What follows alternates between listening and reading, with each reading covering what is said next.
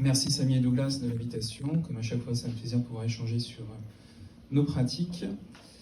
Aujourd'hui, je vais vous parler de notre protocole de suivi après ligamentoplastie, ligament croisé antérieur.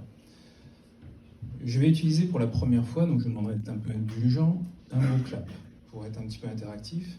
Vous pouvez donc faire un petit coup de QR code avec votre smartphone si vous voulez participer un petit peu aux questions qui vont se poser pendant le PowerPoint.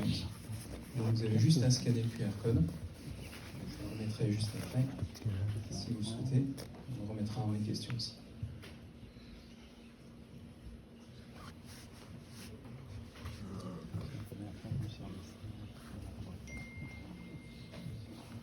Normalement, quand ça sonne, c'est bon.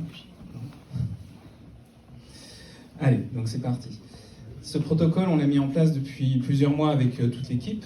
Donc, je n'ai pas mis les noms de tout le monde, mais vous reconnaîtrez Rémi, Tom, Camille, Léa, Jean-Baptiste, Andy, Justin et notre stagiaire à l'époque, Dario. Donc, comme vous voyez, on a un travail très consciencieux au cabinet avec des petites soirées scientifiques. On se fait quand même plaisir. En amont de cette présentation, je vais beaucoup parler de l'aximétrie GNRB. Je n'ai pas de conflit d'intérêt avec la société GNRB. Donc, je dis clairement, pour pas qu'il y ait d'ambiguïté par rapport à ça.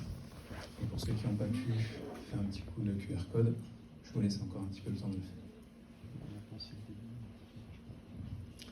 Alors, ce protocole est venu d'un constat.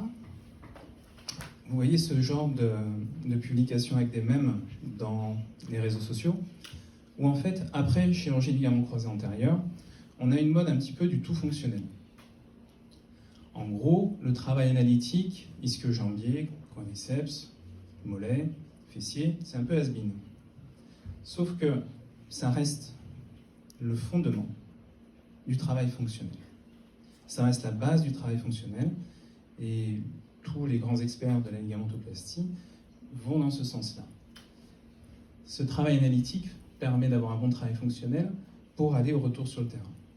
Mais si on a une ligamentoplastie, si on fait une reconstruction ligament croisé, il faut savoir aussi ce qui se passe au niveau de cette ligamentoplastie et suivre l'évolution de cette greffe, comment elle va être dans le temps. Le but de cette chirurgie, c'est de réduire la laxité. Et c'est pour ça que le chirurgien va utiliser un greffon tendineux qui va fixer pour devenir un ligament. Et cette greffe, il va falloir protéger cette cicatrisation, cette intégration de la greffe. Nous, de notre côté, en tant que rééducateur, kinésithérapeute, on va le faire avec plus ou moins de finesse, même si c'est des rééducations à plusieurs millions de dollars. Quand on voit ce genre de vidéo, ça fait un peu arracher les cheveux.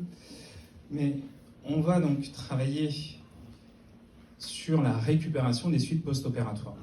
Et depuis les années 80, avec les premiers protocoles de Shelbourne pour les KJ, pour les KJ, oui, McDonald pour les DIDT, on voit une accélération de ces protocoles avec une reprise de l'appui de plus en plus précoce, des attelles qui sont de moins en moins utilisés, et même des études qui vont vers l'utilisation de la chaîne ouverte de plus en plus précoce. On reparlera d'études de Forelli qui est récente.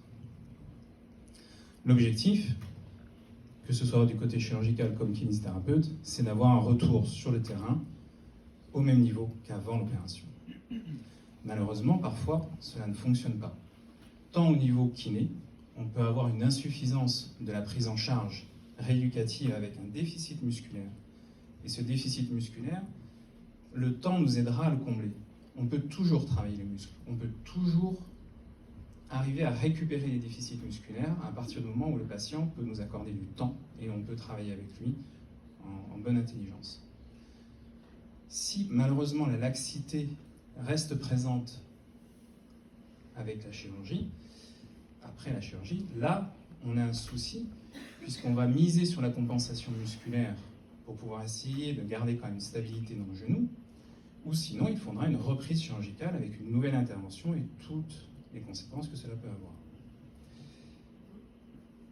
Et les études qui évaluent le lien entre laxité et instabilité ne sont pas nouvelles. Vous voyez celle de 95 de Weber et Berkovi qui montrent déjà qui parle de lien entre rigidité et instabilité.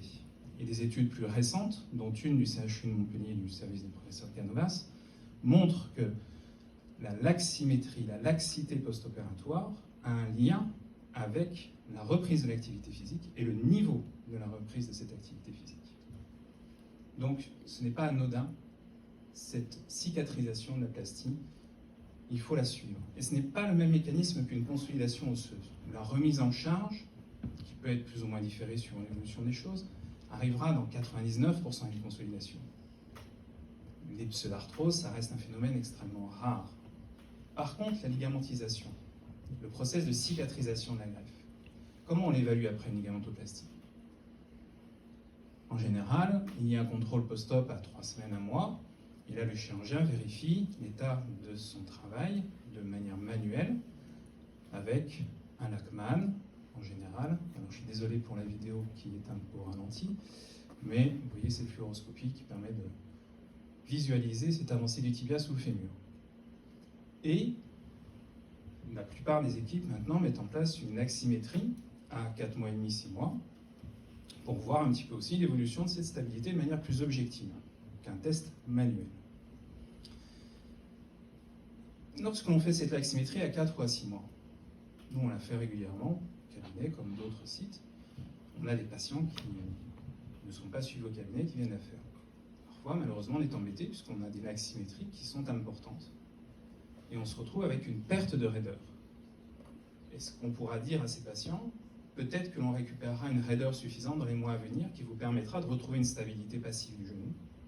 Ça, c'est compliqué un petit peu à définir et on va en discuter justement juste après. Pour ceux qui ne sont pas encore connectés, vous avez encore un petit peu le QR code.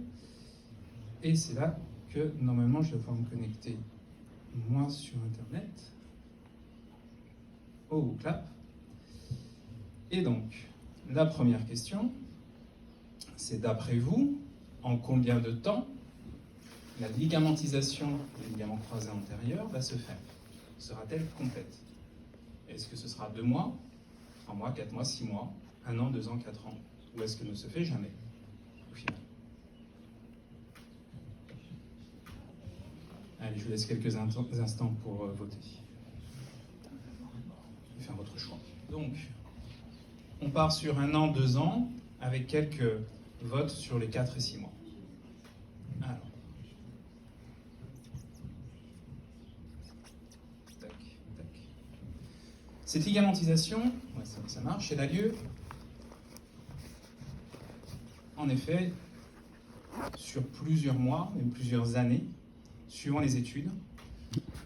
15 mois, 48 mois. Ça, c'est les premiers papiers qui parlent de cette ligamentisation en 2013, avec 3 étapes que l'on retrouve dans la plupart des articles. Une phase primaire, secondaire et de maturation à la fin. Mais de quoi parle-t-on quand on parle maturation du transplant? Qu'est-ce qui va évoluer dans ce transplant? Il y a l'aspect neurologique. On a une boucle réflexe entre les ligaments croisés antérieurs et les ischio-jambiers qui viennent protéger le genou des mouvements rotatoires nocifs et surtout de ce tiroir antérieur. Et ça, c'est très étudié depuis les années 80 également, soit sous arthroscopie, où à l'époque, ils se sont permis de pouvoir comme ça mettre des petites décharges électriques dans le croisé antérieur pour voir si on avait une activation des ischio-jambiers, ou même par la traction sur le croisé antérieur, et on voit s'il y a une réaction des ischio-jambiers. Et on a de nombreuses études qui montrent en fait cette régénérescence de l'innervation de la greffe, elle est possible, pas systématique, possible, au bout de plusieurs années. C'est 3 ou 4 ans. C'est les travaux de Souda en dernier qui ont montré ça, en 2003. Comment peut-on se rendre compte aussi de la maturation du transplant? À travers l'évolution biologique, la vascularisation de la greffe, lorsqu'il va y avoir par exemple une reprise, une nouvelle arthroscopie pour un problème de ménisque. Le chirurgien va pouvoir voir l'état de la greffe en termes de vascularisation extérieure, périphérique. Les radiologues sont partis, c'est dommage, on aurait pu discuter d'IRM post-opératoire et de l'intérêt de cet IRM dans le suivi, où on a ici des études assez intéressantes qui montrent cette évolution de la séquence T2, si je ne me trompe pas, qui permet de voir l'inflammation, la proportion de cette évolution intratissulaire, donc dans la greffe, d'inflammation et peut-être d'autres éléments que les radiologues auraient pu nous évoquer. Mais ce qui m'intéresse particulièrement, c'est l'évaluation mécanique de cette maturation. Et c'est là que l'on va utiliser donc, le GNRB dont je vous ai parlé. Dans tous les cas, cette ligamentisation, c'est un phénomène complexe, avec une cinétique qui va être variable sur le type de greffon, KJ, DIDT, fasciolata, la position du tunnel, le diamètre de ce tunnel, l'activité de l'individu. Bien sûr, tout n'est pas homogène. Il y a bien sûr des variations interindividuelles. Donc c'est de l'aximétrie dont je vous parle depuis tout à l'heure. Vous allez pouvoir le voir pour ceux qui ne connaissent pas ce qui se passe. Tout en bas, vous voyez donc cette pression derrière le tibia qui va faire avancer le tibia, donc le tiroir antérieur, qui va être mesuré par cette jauge de contrainte, ce capteur, qui va nous permettre de voir l'avancée au dixième de millimètre du tibia sous le fémur. On a un capteur de pression aussi au niveau du fémur, là où vous avez toutes ces sangles. Vous voyez cette valeur de pression là ici, qui va nous permettre d'évaluer le serrage. Et ça, c'est quelque chose d'extrêmement important, tout comme l'électromyographie que l'on peut utiliser pour évaluer une co-contraction qui pourrait nous parasiter la mesure, une contraction des ischio-jambiers, qui pourrait donc fausser la mesure lors de cette évaluation. Une fois qu'on a cette valeur de serrage et de MG qui sont bien définies, on aura une excellente reproductibilité intra- et inter-examinateur de cette mesure.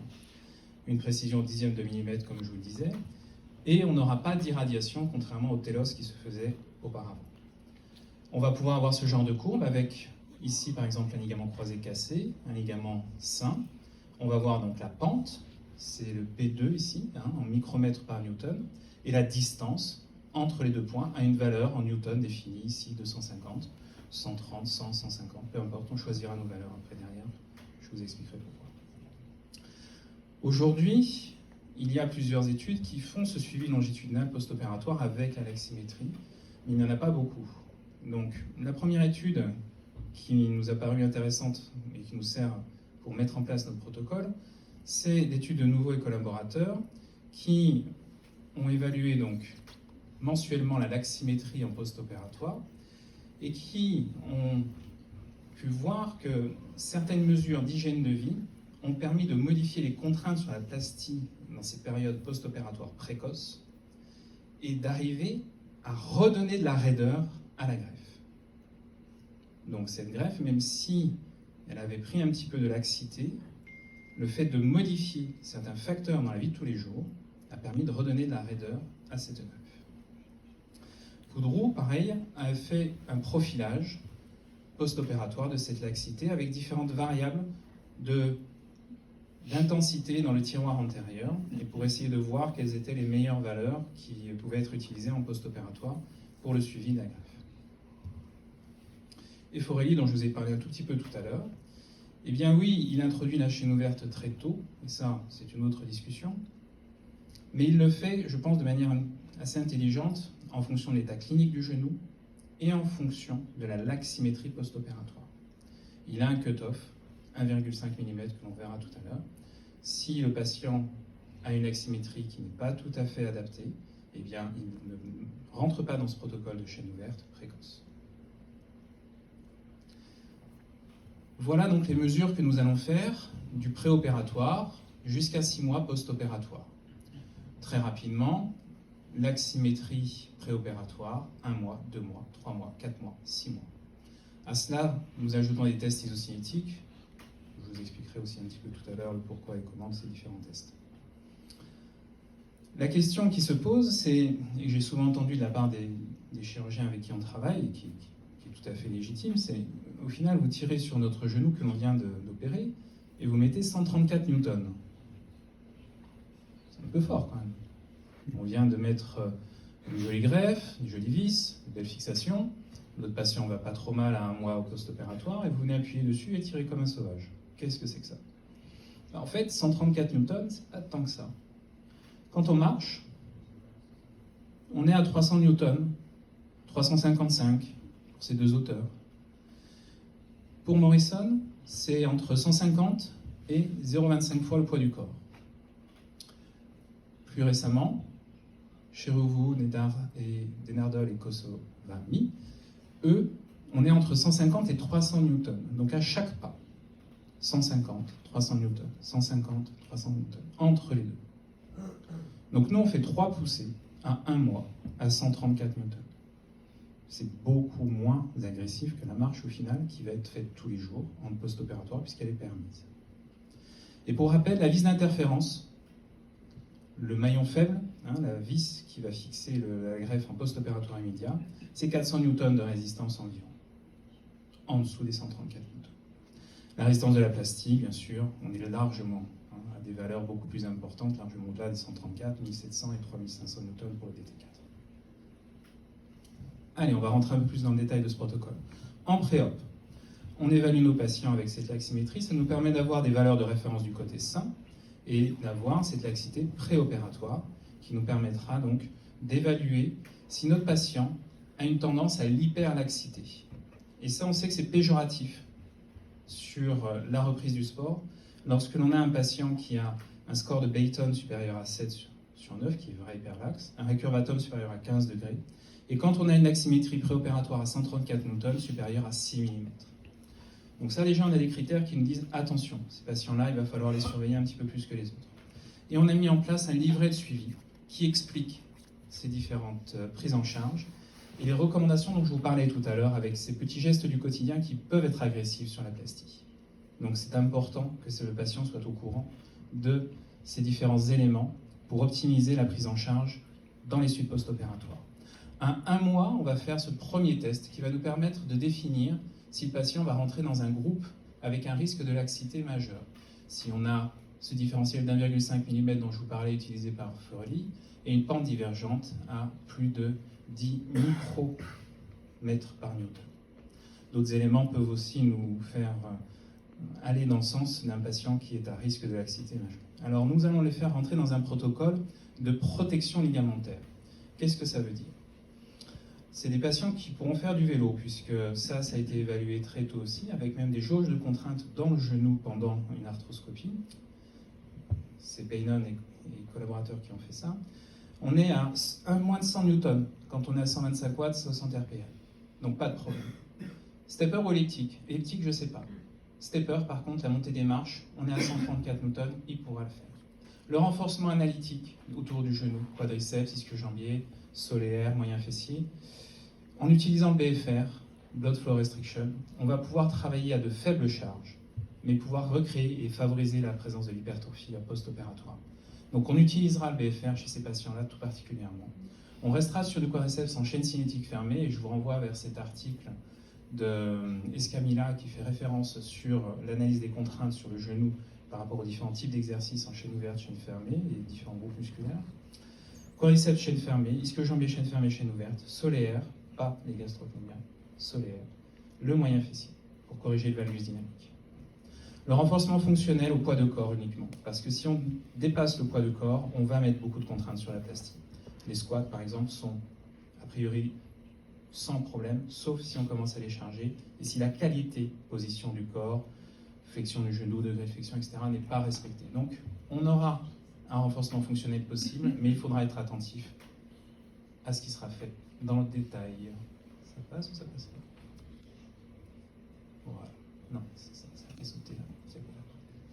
À 2 mois, on va voir l'évolution. Soit nos patients ont récupéré une laxité correcte et on les remet dans le programme de réhabilitation classique, soit ils restent dans le programme avec ce contrôle des contraintes en renforcement. Parfois, on va avoir des patients qui auront une laximétrie correcte à M1 et qui vont un petit peu avoir une pente qui va diverger à M2. Et donc là, on les fait rentrer dans le protocole de protection ligamentaire.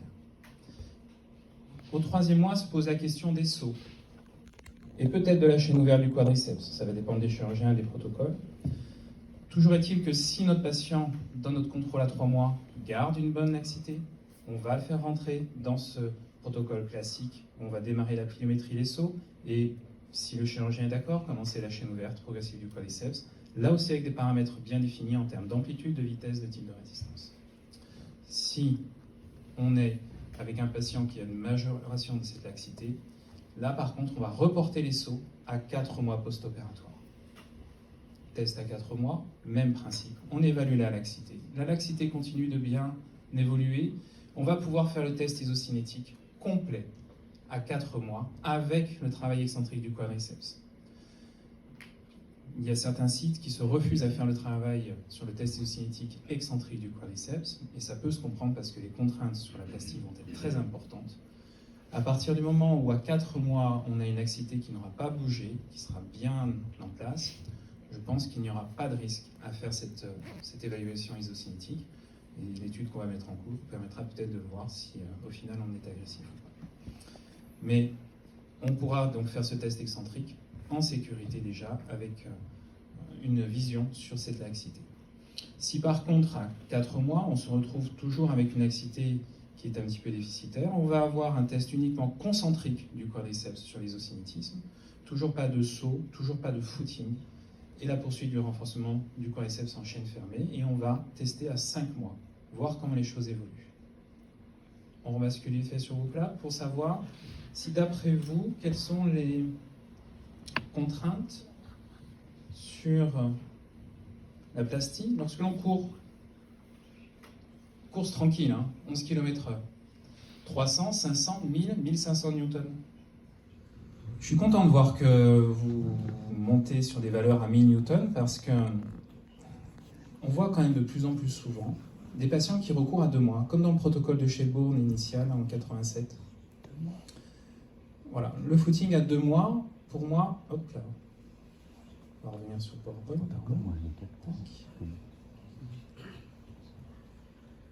Je trouve que c'est un peu exagéré. 2 mois, 1000 newtons sur la plastie, même plus que ça, 1500. Quand on est à 3 mètres secondes, c'est les 11 km/h dont je vous parlais. Bon, ça me fait un peu beaucoup. Donc, à réfléchir un petit peu, et c'est pour ça que nous, on protège la récupération de la reprise du footing avec cette laximétrie pour vérifier qu'on est dans de bonnes conditions à 4 mois. 6 mois, dernier test, là on va monter à 250 newtons, c'est le standard qui se fait actuellement pour vérifier entre guillemets la laxité finale de la plastie par rapport à la reprise sur le terrain. Et donc 2 possibilités, soit la plastie tient le coup, soit elle ne tient pas le coup. Et donc là on sera vigilant tantôt plus sur les tests de reprise sur le terrain, vérifier qu'il n'y ait pas d'instabilité lors de la reprise des pivots, qui comme vous l'avez vu sont aussi assez agressifs. J'ai pas de résultats statistiques à vous donner. On n'a que une vingtaine de patients avec des suivis qui ne sont pas encore tout à fait complets. Mais, petite histoire de chasse, ce patient, entre le mois de juillet et le mois de décembre, il a normalisé sa laxité. On l'a protégé, on n'a pas fait reprendre des sauts, on n'a pas fait reprendre du footing, on n'a pas fait de travail en chaîne ouverte trop tôt.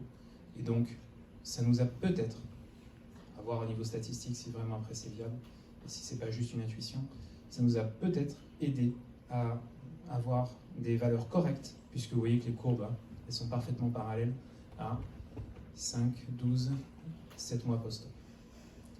Autre patient, on se retrouve avec là aussi une diminution de cette laxité, une augmentation de cette raideur en post-opératoire. Voilà. C'est ce sur quoi on voudrait travailler et on peut le faire avec un travail multicentrique s'il y a d'autres équipes qui sont intéressées. Au contraire, plus on sera nombreux, plus on aura des valeurs qui seront intéressantes et on pourra en tirer les conclusions qui seront d'autant plus valides avec un volume de patients important. Toujours est-il que je pense que c'est important de mesurer, de contrôler, d'évaluer pour nous, pour le patient et pour faire en sorte d'avoir un retour sur le terrain optimal. On remettra sur les sites cette présentation, soit peut-être en visio, soit le PowerPoint, suivant comment la vidéo aura fonctionné. Voilà, merci.